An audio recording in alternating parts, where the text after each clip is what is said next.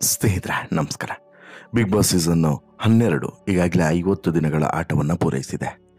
50 ದಿನದಲ್ಲಿ ಮನೆಯಲ್ಲಿ ಆಗಿದ್ದು ಒಂದಲ್ಲ ಎರಡಲ್ಲ, ಸಾಕಷ್ಟು ಬೇರೆ ಬೇರೆ ರೀತಿಯಾದಂಥ ಇನ್ಸಿಡೆಂಟ್ಗಳು ನಡೆದಿದ್ದಾವೆ.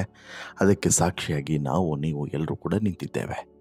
ಬಿಗ್ ಬಾಸ್ ಮನೆಯಲ್ಲಿ ಇರುವಂತಹ ಸ್ಪರ್ಧಿಗಳದ್ದು ಒಂದು ಲೆಕ್ಕಾಚಾರವಾದರೆ, ಬಿಗ್ ಬಾಸ್ ಮನೆಯ ಹೊರಗಡೆ ಇರುವಂತಹ ವೀಕ್ಷಕರದ್ದು ಮತ್ತೊಂದು ಲೆಕ್ಕಾಚಾರ, ಬಿಗ್ ಬಾಸನ್ನು ನಿರ್ವಹಣೆ ಮಾಡುವಂತಹ ಇಡೀ ತಂಡದ್ದು ಮತ್ತೊಂದು ಲೆಕ್ಕಾಚಾರ.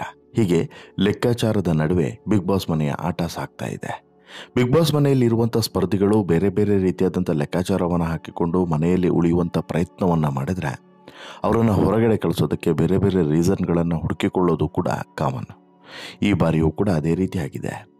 ಈ ಬಾರಿ ಯಾರೂ ಕೂಡ ನಿರೀಕ್ಷೆ ಮಾಡದಂತಹ ಸ್ಪರ್ಧಿ ಬಿಗ್ ಬಾಸ್ ಮನೆಯಿಂದ ಹೊರಗಡೆ ಹೋಗಿದ್ದಾರೆ. ಯಾಕಂತ ಹೇಳಿದ್ರೆ, ಆ ಸ್ಪರ್ಧಿ ಈಗಾಗಲೇ ಮಿನಿ ಫಿನಾಲೆಯಲ್ಲಿ ಗೆದ್ದಿದ್ರು. 3ನೇ ವಾರಕ್ಕೆ ನಡೆದಂತಹ ಮಿನಿ ಫಿನಾಲೆಯಲ್ಲಿ ಗೆದ್ದಂಥ ಸ್ಪರ್ಧಿ ಈಗ ಮನೆಯಿಂದ ಹೊರಗಡೆ ಹೋಗ್ತಾರೆ ಅಂತ ಹೇಳಿದ್ರೆ, ನೀವೇ ಇಮ್ಯಾಜಿನ್ ಮಾಡ್ಕೊಳ್ಳಿ ಯಾವ ರೀತಿ ಇದೆ ಈ ಆಟದ ಶೈಲಿ ಮತ್ತು ಆಟದ ಭಂಗಿ ಅಂತೇಳಿ. ಅಂದರೆ ನೀವು ಯಾರೂ ಕೂಡ ಇಮ್ಯಾಜಿನ್ ಮಾಡ್ಕೊಳ್ಳೋಕ್ಕೆ ಸಾಧ್ಯವಿಲ್ಲ. ಯಾವ ಸ್ಪರ್ಧಿ ಯಾವಾಗ ಹೋಗ್ತಾರೆ ಅಂಥೇಳಿ ಚಿಕ್ಕ ಸುಳಿವು ಕೂಡ ಸಿಗೋದಿಲ್ಲ. ಈ ವಾರನೇ ಹೋಗ್ತಾರೆ ಅಂದ್ಕೊಂಡ್ರೆ ಇಲ್ಲ, ಫೈನಲ್ವರೆಗೂ ಕೂಡ ಇರ್ಬೋದು. ಫೈನಲ್ವರೆಗೆ ಇರ್ತಾರೆ ಅಂತೇಳಿ ಅಂದ್ಕೊಂಡ್ರೆ ಈ ವಾರನೋ ಮುಂದಿನ ವಾರನೋ ಹೋಗ್ಬಿಡ್ಬೋದು. ಈಗ ಸುದ್ದಿ ವಿಚಾರದಲ್ಲೂ ಕೂಡ ಆಗಿದ್ದ ಹಾಗೆ, ಕಾಕ್ರೋಚ್ ಸುದ್ದಿ ಅಸಲಿಗೆ ಫೈನಲ್ವರೆಗೆ ಇರುವಂಥ ಸ್ಪರ್ಧಿ ಅಂತೇಳಿ ಎಲ್ಲರೂ ಕೂಡ ಭಾವಿಸಿದರು. ಹೇಳಿ ಕೇಳಿ ಮಿನಿ ಫಿನಾಲೆ ಅಂದರೆ ಆರಂಭದಲ್ಲಿ ನಡೆದಂಥ ಫಿನಾಲೆಯಲ್ಲಿ ಗೆದ್ದಂಥ ಸ್ಪರ್ಧಿಯೂ ಕೂಡ ಆಗಿರೋದ್ರಿಂದ ಸಹಜವಾಗಿ ಫಿನಾಲೆವರೆಗೆ ಇರುವಂಥ ಸಾಮರ್ಥ್ಯ ಇರುವಂಥ ಸ್ಪರ್ಧಿ ಅಂತೇಳಿ ಎಲ್ಲರೂ ಕೂಡ ಭಾವಿಸಿದರು. ಆದರೆ ಅಸಲಿ ಆಟ ಗೊತ್ತಾಗಿದ್ದೆ ಅಥವಾ ಅಸಲಿ ವ್ಯಕ್ತಿತ್ವ ಪರಿಚಯ ಆಗಿದ್ದೆ ನಂತರ ಅಲ್ವಾ. ಹಾಗಾಗಿ ಈ ಅಸಲಿ ವ್ಯಕ್ತಿತ್ವಕ್ಕೆ ಬಿಗ್ ಬಾಸ್ ಮನೆಯಲ್ಲಿ ಜಾಗ ಇಲ್ಲ ಅನ್ನೋದು ಈಗ ಸಾಬೀತಾಗಿದೆ. ಅಸಲಿಗೆ ಇಲ್ಲಿ ಸುದ್ದಿ ಬಿಗ್ ಬಾಸ್ ಮನೆಯಿಂದ ಹೊರಗಡೆ ಹೋಗೋದಕ್ಕೆ ನೇರವಾದಂಥ ಕಾರಣಕರ್ತರು ಯಾರು ಅಂತ ಹೇಳಿ ಕೇಳಿದ್ರೆ, ಅದು ಇಬ್ಬರು ಕ್ಲೋಸ್ ಫ್ರೆಂಡ್ಸ್ಗಳು. ಸುದ್ದಿಯ ಇಬ್ಬರು ಕ್ಲೋಸ್ ಫ್ರೆಂಡ್ಸ್ಗಳು ಲೆಫ್ಟು ರೈಟಲ್ಲಿ ಇಬ್ಬರೂ ಕೂಡ ಇದ್ದರು. ಇಬ್ಬರು ಕೂಡ ಲೆಫ್ಟು ರೈಟಿಂದ ನೇರವಾಗಿ ಬಿಗ್ ಬಾಸ್ ಮನೆಯ ಹೊರಗಡೆ ಎತ್ತಿ ಬಿಸಾಕಿದ್ದಾರೆ. ಅವರ ಸಂಬಂಧವನ್ನು, ಅವರ ಸಂಘವನ್ನು ಬಿಟ್ಟಿದ್ದಿದ್ರೆ ಬಹುಶಃ ಸುದ್ದಿ ಇವತ್ತಲ್ಲ ಫಿನಾಲೆವರೆಗೂ ಕೂಡ ಬರ್ತಿದ್ರು ಅನ್ನೋದರಲ್ಲಿ ಡೌಟೇ ಇಲ್ಲ. ಹಾಗಾದರೆ ಆ ಇಬ್ಬರು ಸ್ಪರ್ಧಿಗಳು ಯಾರು? ಅವ್ರು ಮಾಡಿದಂಥ ಎಡವಟ್ಟುಗಳೇನು? ಅದು ಸುದ್ದಿ ಮೇಲೆ ಬೀರಿದಂಥ ಇಂಪ್ಯಾಕ್ಟ್ ಏನು? ಜೊತೆಗೆ ಸುದ್ದಿಗೆ ತಲೆಯಲ್ಲಿ ಬುದ್ಧಿ ಇರಲಿಲ್ವಾ? ಈ ಸುಳಿವನ್ನು ಅಥವಾ ಈ ಮುನ್ಸೂಚನೆಯನ್ನು ಕಿಚ್ಚ ಸುದೀಪ್ ಅವರು ಎಷ್ಟು ವಾರದಿಂದ ಕೊಡ್ತಾ ಬಂದಿದ್ದಾರೆ, ಎಲ್ಲವನ್ನು ಕೂಡ ನೋಡ್ತಾ ಹೋಗೋಣ. ಅದಕ್ಕಿಂತ ಮುಂಚೆ ನೀವಿನ್ನೂ ಕೂಡ ನಮ್ಮ ಚಾನಲನ್ನು ಸಬ್ಸ್ಕ್ರೈಬ್ ಮಾಡಿಲ್ಲ ಅಂದರೆ ದಯವಿಟ್ಟು ಕೂಡಲೇ ಸಬ್ಸ್ಕ್ರೈಬ್ ಮಾಡಿ ಸ್ನೇಹಿತರೆ. ನಾನು ಹೇಳಿದಂತೆ ಬಿಗ್ ಬಾಸ್ ಮನೆಯ ಆಟ 50 ದಿನಗಳನ್ನು ಪೂರೈಸಿದೆ. ಇದೇ ಖುಷಿಯಲ್ಲಿದ್ದಂತಹ ಮನೆಯ ಸದಸ್ಯರಿಗೆ, ವೀಕ್ಷಕರಿಗೆ ಬಿಗ್ ಬಾಸ್ ಶಾಕೊಂದನ್ನು ಕೊಟ್ಟಿದ್ದಾರೆ. ನಿರೀಕ್ಷೆ ಮಾಡದಂಥ ಟ್ವಿಸ್ಟೊಂದನ್ನು ಕೊಟ್ಟಿದ್ದಾರೆ.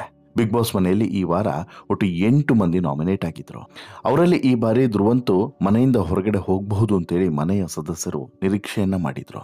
ಆದರೆ ಬಿಗ್ ಬಾಸ್ ಹಾಗಂದುಕೊಂಡಂಥವ್ರಿಗೆಲ್ಲ ಸಹಜವಾಗಿ ಶಾಕನ್ನು ಕೊಟ್ಟಿದ್ದಾರೆ. ಸರಿಯಾಗಿ ಬಿಗ್ ಟ್ವಿಸ್ಟನ್ನು ಕೊಟ್ಟಿದ್ದಾರೆ. ಅಂದರೆ ಬಿಗ್ ಬಾಸ್ ಕನ್ನಡ ಸೀಸನ್ನ ಮೊದಲ ಸ್ಪರ್ಧಿಯಾಗಿ ರಿವೀಲ್ ಆಗಿದ್ದಂಥ ಕಾಕ್ರೋಚ್ ಸುದ್ದಿ 50 ದಿನಗಳಿಗೆ ತಮ್ಮ ಬಿಗ್ ಬಾಸ್ ಪಯಣವನ್ನು ಮುಗಿಸಿ ಹೊರಗಡೆ ಬಂದಿದ್ದಾರೆ. ಇದು ಬಿಗ್ ಬಾಸ್ ಅಭಿಮಾನಿಗಳಿಗೆ ಹಾಗೂ ವೀಕ್ಷಕರಿಗೆ ದೊಡ್ಡ ಶಾಕೆ. ಇಂಥ ದೊಡ್ಡ ಟ್ವಿಸ್ಟನ್ನು ಕೊಡಬಹುದು ಅಂತೇಳಿ ನಿರೀಕ್ಷೆಯನ್ನು ಕೂಡ ಯಾರೂ ಮಾಡಿರಲಿಲ್ಲ. ನಿನ್ನೆಯೇ ಕಿಚ್ಚ ಸುದೀಪ್ ಅವರು ಅಶ್ವಿನಿ ಗೌಡ, ರಕ್ಷಿತಾ ಶೆಟ್ಟಿಯನ್ನು ಸೇವ್ ಮಾಡಿದರು. ಅಂದರೆ ಶನಿವಾರ ಸೇವ್ ಮಾಡಿದರು. ಇನ್ನು 6 ಮಂದಿಯಲ್ಲಿ ರಕ್ಷಿತಾ ಶೆಟ್ಟಿ ಹಾಗೂ ಧ್ರುವಂತ್ ಸೇವ್ ಆಗ್ತಾನೆ ಬಂದರು.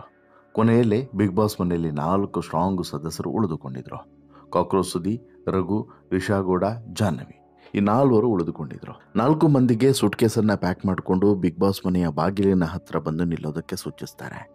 ಆನಂತರ ಲೈನಾಗಿ ನಿಲ್ಲೋದಕ್ಕೆ ಹೇಳ್ತಾರೆ. ಆ ಸಂದರ್ಭದಲ್ಲಿ ಬಾಗಿಲು ತೆಗೆದು ಮತ್ತೊಮ್ಮೆ ಕೊನೆಯದಾಗಿ ಓಪನ್ ಮಾಡುವಂಥ ಸಂದರ್ಭದಲ್ಲಿ ಒಬ್ಬ ಸ್ಪರ್ಧಿ ಇರೋದಿಲ್ಲ. ಆ ಸ್ಪರ್ಧಿಯೇ ಬಿಗ್ ಬಾಸ್ ಮನೆಯಿಂದ ಔಟ್ ಆಗಿದ್ದಾರೆ ಅನ್ನೋದು ಒಂದು ಮೆಸೇಜ್. ಹಾಗಾದರೆ ಹಾಗೆ ಬಾಗಿಲು ಓಪನ್ ಆಗುವಂಥ ಸಂದರ್ಭದಲ್ಲಿ ಕೊನೆಯದಾಗಿ ಇರೋದಂಥ ಸ್ಪರ್ಧಿ ಯಾರು ಅಂತೇಳಿ ಕೇಳಿದ್ರೆ ಅದು ಕಾಕ್ರೋಚ್ ಸುದ್ದಿ. ಹೌದು, ಬಾಗಿಲು ತೆರೆದು ನೋಡುವಾಗ ಕಾಕ್ರೋಚ್ ಸುದ್ದಿ ಇರಲಿಲ್ಲ. ಅಲ್ಲಿಗೆ ಅವರು ಎಲಿಮಿನೇಟ್ ಆಗಿದ್ದಾರೆ ಅನ್ನೋದು ಸ್ಪಷ್ಟವಾಗಿತ್ತು. ಅಲ್ಲಿಗೆ ಅವರು ಹೊರಗಡೆ ಬರ್ತಾರೆ. ಹಾಗೆ ಹೊರಗಡೆ ಬಂದಂತಹ ಸುದ್ದಿ ನೇರವಾಗಿ ವೇದಿಕೆಗೆ ಬರ್ತಾರೆ. ಪರಿಣಾಮ ರಘು, ರಿಷಾಗೌಡ, ಜಾಹ್ನವಿ ಅಲ್ಲೇ ಉಳಿದುಕೊಳ್ತಾರೆ, ಸೇವ್ ಆಗ್ತಾರೆ. ಇದು ಬಿಗ್ ಬಾಸ್ ಮನೆಯ ಸದಸ್ಯರಿಗೆ ದೊಡ್ಡ ಶಾಕ್. ಅಶ್ವಿನಿ ಗೌಡ, ಜಾಹ್ನವಿ, ರಘು, ರಿಷಾಗೌಡ ಕಣ್ಣೀರನ್ನು ಹಾಕ್ತಾರೆ. ಜಾಹ್ನವಿ ಅಂತೂ ಕಾಕ್ರೋಚ್ ಅವರನ್ನು ಹೋದರೂ ತುಂಬಾ ಬೇಜಾರಾಗ್ತಿದೆ ಅಂತೇಳಿ ಅಳತಾರೆ. ಯಾಕೇಳಿ, ಪಾಪದ ಫಲ. ಕಾಕ್ರೋಚ್ ಹೋಗೋದಕ್ಕೆ ಮಾಳು ಕಾರಣ ಅಲ್ಲ, ಕಾರಣ ಇವರಿಬ್ಬರೇ ಅನ್ನೋದನ್ನು ಮುಂದೆ ಹೇಳ್ತೀನಿ ನೋಡಿ. ಬಿಗ್ ಬಾಸ್ ಮನೆಯ ಸದಸ್ಯರಿಗೆ ವಿದಾಯ ಹೇಳೋದಕ್ಕೂ ಒಂದು ಅವಕಾಶ ಸಿಗದೆ ವೇದಿಕೆ ಮೇಲೆ ಬಂದು ನಿಂತಹ ಕಾಕ್ರೋಚ್ ಸುದ್ದಿ ಕಿಚ್ಚನ ಎದುರು ಮಾತನಾಡುವಾಗ ತಾನು ಎಡವಿದ್ದು ಎಲ್ಲಿ ಅನ್ನೋದನ್ನು ರಿವೀಲ್ ಮಾಡಿದ್ರು. ಆರಂಭದಲ್ಲಿ ತುಂಬ ಮಾತನಾಡ್ತಿದ್ದೆ ಅನ್ನೋಂಥ ಕಂಪ್ಲೇಂಟ್ ಇತ್ತು. ಸರಿ, ಸ್ವಲ್ಪ ಕಡಿಮೆ ಮಾಡ್ಕೊಳ್ಳೋಣ ಅಂತೇಳಿ ಅಂದ್ಕೊಂಡೆ. ಆಮೇಲೆ ನನ್ನ ಭಾಷೆ ಇಲ್ಲಿ ಸ್ವಲ್ಪ ಸಮಸ್ಯೆ ಆಯಿತು ಅಂತಲೂ ಕೂಡ ಕಾಕ್ರೋಚ್ ಹೇಳಿದ್ದಾರೆ. ಹಾಗೆಯೇ ಬಿಗ್ ಬಾಸ್ ಮನೆಯಲ್ಲಿ ತಮ್ಮ ಸಾಧನೆ ಏನು ಅನ್ನೋದನ್ನು ಕೂಡ ಹೇಳ್ಕೊಂಡಿದ್ದಾರೆ. ಮೊದಲು ಫೈನಲಿಸ್ಟ್ ಆಗ್ತೇವೆ, ಆಮೇಲೆ ಚಾಂಪಿಯನ್ ಫೈನಲಿಸ್ಟ್ ಆಗ್ತೇವೆ, ಆಮೇಲೆ $1 ಕೂಡ ಕೊಡ್ತೀರಾ. ಈ ವಾರವೇ ನಾನು ನಾಮಿನೇಷನ್ಗೆ ಬಂದಿದ್ದೆ. ಇಲ್ಲಿವರೆಗೂ ನನ್ನ ತಾಕತ್ತಿನ ಮೇಲೆ ಆಡಿಕೊಂಡು ಬಂದಿದ್ದೆ. ಎಲ್ಲೋ ಒಂದು ಕಡೆ ತಪ್ಪಾಯಿತು ಅಂತೇಳಿ ಅನಿಸುತ್ತೆ. ಅಮೆರಿಕಾಗೋ ದುಬೈಗೋ ಹೋಗೋದಕ್ಕೆ ಸಿನಿಮಾ ನನಗೆ ಹಣ ಕೊಟ್ಟಿದೆ. ಮನುಷ್ಯನ ಹತ್ತಿರ 100 ಕೋಟಿ ರೂಪಾಯಿ ಇದ್ದರೂ ಕೂಡ ಬಿಗ್ ಬಾಸ್ಗೆ ಬರೋದಕ್ಕೆ ಆಗ್ತಾ ಇರಲಿಲ್ಲ. 4 ವರ್ಷದಿಂದ ನನಗೆ ಆಫರ್ ಬರ್ತಾನೆ ಇತ್ತು. ಸಿನಿಮಾಗಳು ಇದ್ದಿದ್ದರಿಂದ ಬರೋದಕ್ಕೆ ಆಗ್ತಿರಲಿಲ್ಲ. ಸರಿ, ಅವೆಲ್ಲವನ್ನು ಕೂಡ ಒಪ್ಕೊಂಡು ಈ ಬಾರಿ ಬಂದಿದ್ದೆ. ಆದರೆ ಈ ಬಾರಿ ಹೀಗಾಯಿತು ಅಂತೇಳಿ ಹೇಳ್ತಾರೆ. ಇನ್ನು ಕಾಕ್ರೋಚ್ ಸುದ್ದಿ ಬಿಗ್ ಬಾಸ್ ಮನೆಯಲ್ಲಿ ಕೊನೆವರೆಗೂ ಕೂಡ ಇರಬಹುದಾಗಿತ್ತು ಅಂಥೇಳಿ ಪತ್ನಿ ಅಭಿಪ್ರಾಯವನ್ನು ಪಡ್ತಾರೆ. ಅಷ್ಟೇ ಅಲ್ಲದೆ ಮನೆಯಿಂದ ಹೊರಬರೋದಕ್ಕೆ ಕಾರಣವೇನು ಅನ್ನೋದನ್ನು ಕೂಡ ಸ್ವತಃ ಸುದೀಪ್ ಪತ್ನಿಯೇ ರಿವೀಲ್ ಮಾಡಿದ್ದಾರೆ. ಹೊರಗಡೆ ಇದ್ದು ಸುದೀಪ್ ಪತ್ನಿಗೆ ಹೀಗೆ ಅನಿಸಿದೆ ಅಂತ ಹೇಳಿದ್ರೆ ಇನ್ನು ನಮಗೆ ನಿಮಗೆ ಅನಿಸದೇ ಇರೋದಕ್ಕೆ ಒಂದು ಸಾಕ್ಷಿ ಇನ್ನೇನಿರುತ್ತೆ ಅಲ್ವಾ. ನೋಡಿ, ನಾನು ಇಲ್ಲಿ ಕೆಲವು ಸಲ ಅನಿಸುತ್ತೆ ಕೆಲವ್ರ ಬಗ್ಗೆ ತೀರಾ ಸ್ಟೋರಿ ಮಾಡಿದಾಗ ಇವ್ರನ್ನ ಕಂಡ್ರೆ ಆಗಲ್ವೇನೋ ಅಂತೇಳಿ ಅನಿಸುತ್ತೆ. ಖಂಡಿತವಾಗ್ಲೂ ಇಲ್ಲ. ನಮ್ಗೆ ಯಾರು ಅತ್ತೆ ಮಕ್ಕಳು ಇಲ್ಲ, ಯಾರು ಮಾವನ ಮಕ್ಕಳು ಅಲ್ಲ, ಎಲ್ಲರೂ ಕೂಡ ಸ್ಪರ್ಧಿಗಳೇ. ಇಲ್ಲಿ ನೇರವಾಗಿ ನಮಗೆ ಈ ಅಶ್ವಿನಿ ಮತ್ತು ಜಾಹ್ನವಿ ಬಗ್ಗೆ ಸಾಕಷ್ಟು ಜನರಿಗೆ ಅಪಸ್ವರ ಇದೆ. ಇಲ್ಲೂ ಕೂಡ ಹಾಗೆ ಸುದಿಯ ಪತ್ನಿಗೂ ಕೂಡ ಇವರಿಬ್ಬರ ಬಗ್ಗೆನೇ ಅಪಸ್ವರ ಇದೆ. ಹೌದು, ಅವರು ಸ್ವಲ್ಪ ಚೆನ್ನಾಗಿ ಆಡಬಹುದಾಗಿತ್ತು. ಅವರಿಗೆ ಆ ಸಾಮರ್ಥ್ಯವಿತ್ತು. ಅವರದ್ದು ಗ್ರೂಪ್ ಇತ್ತಲ್ಲ, ಅದೇ ಅಶ್ವಿನಿ ಜಾಹ್ನವಿ ಅವರಿಂದ ಸ್ವಲ್ಪ ಆಚೆ ಬಂದು ಆಟದ ಕಡೆ ಗಮನವನ್ನು ಹರಿಸಬೇಕಾಗಿತ್ತು ಅಂಥೇಳಿ ಕಾಕ್ರೋಚ್ ಸುದಿ ಅವರ ಪತ್ನಿ ವೇದಿಕೆ ಮೇಲೆ ನೇರವಾಗಿಯೇ ತಮ್ಮ ಗಂಡನಿಗೆ ತಮ್ಮ ಒಪಿನಿಯನನ್ನು ಕೊಟ್ಟರು. ಇದು ಕೇವಲ ಅವರ ಪತ್ನಿಯ ಒಪಿನಿಯನ್ ಅಲ್ಲ, ಬಹುತೇಕ ಕನ್ನಡಿಗರ ಒಪಿನಿಯನ್. ನಿಮ್ಮ ಒಪಿನಿಯನ್, ನಮ್ಮ ಒಪಿನಿಯನ್. ಕಾರಣ ಏನು ಅಂತ ಹೇಳಿದ್ರೆ, ಬಿಗ್ ಬಾಸ್ ಮನೆಯ ಕಂಪ್ಲೀಟ್ ಆಟವನ್ನು ಹಾಳು ಮಾಡ್ತಿರುವಂಥ ಇಬ್ಬರು ಶಕುನಿಗಳು ಯಾರು ಅಂತೇಳಿ ಕೇಳಿದ್ರೆ ಅದು ಅಶ್ವಿನಿ ಮತ್ತು ಜಾಹ್ನವಿ. ಆರಂಭದಿಂದ ಇಲ್ಲಿವರೆಗೂ ಕೂಡ ಇಡೀ ಮನೆಯ ಶಾಂತಿಯನ್ನು ಕೆಡಿಸ್ತಿರುವಂಥದ್ದು, ನೆಮ್ಮದಿಯನ್ನು ಕೆಡಿಸ್ತಿರುವಂಥದ್ದು, ರೂಲ್ಸು ರೆಗ್ಯುಲೇಷನ್ಸ್ಗಳನ್ನು ಬ್ರೇಕ್ ಮಾಡ್ತಿರುವಂಥದ್ದು ಮತ್ತು ಎಲ್ಲೂ ಕೂಡ ನಿಯಮವನ್ನು ಪಾಲಿಸದೆ ತಮ್ಮದೇ ಆದಂಥ ಒಂದು ನಿಯಮವನ್ನು ಮಾಡಿಕೊಂಡು ಅಹಂಕಾರದಿಂದ ಮೆರಿತಿರೋರು ಯಾರು ಅಂತೇಳಿ ಕೇಳಿದ್ರೆ ಅದೇ ಅಶ್ವಿನಿ ಮತ್ತು ಜಾಹ್ನವಿ. ಇಂಥವರ ಸಂಘದಿಂದ ದೂರ ಇದ್ದರೆ ಭಾರಿ ಒಳ್ಳೆಯದು ಅನ್ನೋದು ಎಲ್ಲರ ಅಭಿಪ್ರಾಯ. ಅದೊಂದು ವಾಕ್ಯನೇ ಇದೆಯಲ್ಲ, ಕೆಟ್ಟವರ ಸಂಘ ಯಾವತ್ತೂ ಕೂಡ ಮಾಡಬಾರ್ದು ಅಂತೇಳಿ. ಹಾಗೆ ಇಲ್ಲೂ ಕೂಡ ಹಾಗೆ ಆಗಿದೆ. ಅಂದರೆ ಕೆಟ್ಟವರ ಸಂಘ ಮಾಡಿದಂಥ ಪರಿಣಾಮ ಸುದಿ ಎಂಥ ಶಿಕ್ಷೆಯನ್ನು ಇವತ್ತು ಅನುಭವಿಸೋದ್ರು ಅಂತ ಹೇಳಿದ್ರೆ ಬಿಗ್ ಬಾಸ್ ಮನೆಯಿಂದ ಹೊರಗಡೆ ಬರಬೇಕಾಯ್ತು. ಆ ರೀತಿಯಾದಂಥ ಪರಿಸ್ಥಿತಿ. ಅಂದರೆ ನೀವು ಯಾರಾದರೂ ಇಮ್ಯಾಜಿನ್ ಮಾಡ್ಕೊಂಡಿದ್ವಾ ಸುದಿ ಹೊರಗಡೆ ಬರ್ತಾರೆ, ಸುದಿ ಇಷ್ಟು ಬೇಗ ಹೊರಗಡೆ ಬರುವಂಥ ಆಗುತ್ತೆ ಅಂತೇಳಿ? ಯಾರು ಕೂಡ ಇಮ್ಯಾಜಿನ್ ಮಾಡಿರಲಿಕ್ಕೆ ಸಾಧ್ಯನೇ ಇಲ್ಲ. ಅಂಥದ್ದೊಂದು ಡೆವಲಪ್ಮೆಂಟ್ ಕಂಡ್ರಿ ಇದು. ಅಂಥದ್ದೊಂದು ಡೆವಲಪ್ಮೆಂಟ್ ಆಗಿರುವಂಥ ಸಂದರ್ಭದಲ್ಲಿ ಈಗ ಸುದಿ ಜೊತೆಗೆ ಈ ಇನ್ನುಳಿದವರು ಕೂಡ ಅಲರ್ಟ್ ಆಗಬೇಕು. ಯಾರೆಲ್ಲ ಅಶ್ವಿನಿ ಮತ್ತು ಈ ಜಾಹ್ನವಿಯ ಸಂಘವನ್ನು ಮಾಡಿಕೊಂಡು ಇನ್ನೂ ಕೂಡ ಅವರ ಬಾಲವನ್ನು ಹಿಡ್ಕೊಂಡು ಓಡಾಡ್ತಿದ್ದಾರೋ ಅವರು ಇನ್ನಾದರೂ ಕೂಡ ಅಲರ್ಟ್ ಆಗಲೇಬೇಕು.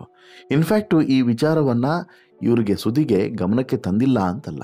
ಬಹುಶಃ ಸುದೀಪ್ ಅವರೊಂದು 10 ಸಲ ಹೇಳಿರ್ಬೋದು, ಕಡಿಮೆ ಅಂದರೂ ಕೂಡ 10 ಸಲ ಹೇಳಿರ್ಬೋದು. 10 ಸಲ ಹೇಳಿದಾಗಲೂ ಕೂಡ ಸುದಿ ಅಲರ್ಟ್ ಆಗಲಿಲ್ಲ. ನೀವು ಗಮನಿಸಿದ್ದೀರಲ್ಲಿ ಹೋಗೋದಿಲ್ಲ, ಸುದಿ ಅಲರ್ಟ್ ಆಗಿಲ್ಲ. ಈಗ ಆ ಅಲರ್ಟ್ನೆಸ್ ಆಗದೇ ಇರುವಂಥ ಕಾರಣಕ್ಕೇ ಕೊನೆಗೆ ಸಿಕ್ಕಿರುವಂತಹ ಗಿಫ್ಟ್ ಏನು ಅಂತ ಹೇಳಿದ್ರೆ ಬಿಗ್ ಬಾಸ್ ಮನೆಯಿಂದ ಎಲಿಮಿನೇಷನ್ ಆಗಿ ಹೊರಗಡೆ ಬರುವಂಥದ್ದು. ಈಗ ಇನ್ನುಳಿದವ್ರದ್ದು ಕೂಡ ಇದೇ ಕತೆ. ಅವ್ರದ್ದು ಕೂಡ ಏನು ಡಿಫ್ರೆಂಟ್ ಇಲ್ಲ. ಇವರು ಸಂಘವನ್ನು ಮಾಡಿದಂತಹ ಪ್ರತಿಯೊಬ್ಬರದ್ದು ಕೂಡ ಇದೇ ಕತೆ. ಅಥವಾ ಈ ಸಂಘದಲ್ಲೇ ಒಬ್ಬರು ಮುಂದಿನ ವಾರ ಹೊರಗಡೆ ಬಂದರೂ ಕೂಡ ಅಚ್ಚರಿ ಇಲ್ಲ. ಸ್ವಲ್ಪ ಮಿಸ್ ಆಗಿದ್ದರೆ ಈ ವಾರ ಜಾಹ್ನವಿನೇ ಬರಬೇಕಾಗಿತ್ತು, ಬಂದಿದ್ರೆ ಬೆಟರ್ ಇತ್ತು ಅಂತಲೂ ಕೂಡ ಸಾಕಷ್ಟು ಜನ ಹೇಳ್ತಾರೆ. ಬಟ್ ಮುಂದಿನ ವಾರ ಹೇಳೋಕ್ಕಾಗಲ್ಲ. ಈ ಸಂಘದಿಂದನೇ ಯಾರಾದರೂ ಬರ್ಬೋದು, ಅಥವಾ ಈ ಸಂಘದ ಸದಸ್ಯರಲ್ಲೇ ಯಾರಾದರೂ ಒಬ್ಬರು ಬರ್ಬೋದು. ಧ್ರುವಂದ್ ಕೂಡ ಇದೇ ಸಂಘದ ಸದಸ್ಯ ಆಗಿರೋದ್ರಿಂದ ಬಹುಶಃ ಆತ ಅಟ್ಲೀಸ್ಟ್ ಮುಂದಿನ ವಾರನಾದರೂ ಹೊರಗಡೆ ಬರಬಹುದೇನೋ ಅಂತ ನಿರೀಕ್ಷೆ ಒಂದಷ್ಟು ಜನರಿಗಿದೆ. ಹಾಗಾಗಿ ನೀವು ಯಾರು ಕೂಡ ಇಮ್ಯಾಜಿನ್ ಮಾಡ್ದಂಗೆ ಬಿಗ್ ಬಾಸ್ ಮನೆಯಲ್ಲಿ ನಡೆಯೋದಿಲ್ಲ ಅನ್ನೋದು ಮತ್ತೊಮ್ಮೆ ಸಾಬೀತಾಗಿದೆ. ನೋಡೋಣ ಮುಂದಿನ ವಾರ ಯಾರು ಹೊರಗಡೆ ಬರ್ತಾರೆ, ಏನಾಗುತ್ತೆ ಟ್ವಿಸ್ಟು ಅಂತೇಳಿ. ನಿಮಗೇನು ಅನಿಸುತ್ತೆ ಸ್ನೇಹಿತರೆ, ಈ ಸುದಿ ಹೊರಗಡೆ ಬಂದಿರೋದ್ರ ಬಗ್ಗೆ ನಿಮ್ಮ ಅಭಿಪ್ರಾಯ ಏನು? ಅಶ್ವಿನಿ ಮತ್ತು ಜಾಹ್ನವಿಯಿಂದನೇ ಹೊರಗಡೆ ಬರುವಂತಾಯಿತು ಅಂತೇಳಿ ನಿಮಗೂ ಕೂಡ ಅನಿಸುತ್ತಾ? ದಯವಿಟ್ಟು ನಿಮ್ಮ ಅಭಿಪ್ರಾಯವನ್ನು ಕಮೆಂಟ್ ಮಾಡಿ ತಿಳಿಸಿ. ಜೊತೆಗೆ ಈ ಸ್ಟೋರಿ ಇಷ್ಟ ಆಯಿತು ಅಂತ ಹೇಳಿದ್ರೆ ಲೈಕ್ ಮಾಡಿ, ಶೇರ್ ಮಾಡಿ, ಚಾನಲ್ಗೆ ಸಬ್ಸ್ಕ್ರೈಬ್ ಆಗೋದನ್ನು ಮರಿಬೇಡಿ. ಧನ್ಯವಾದ.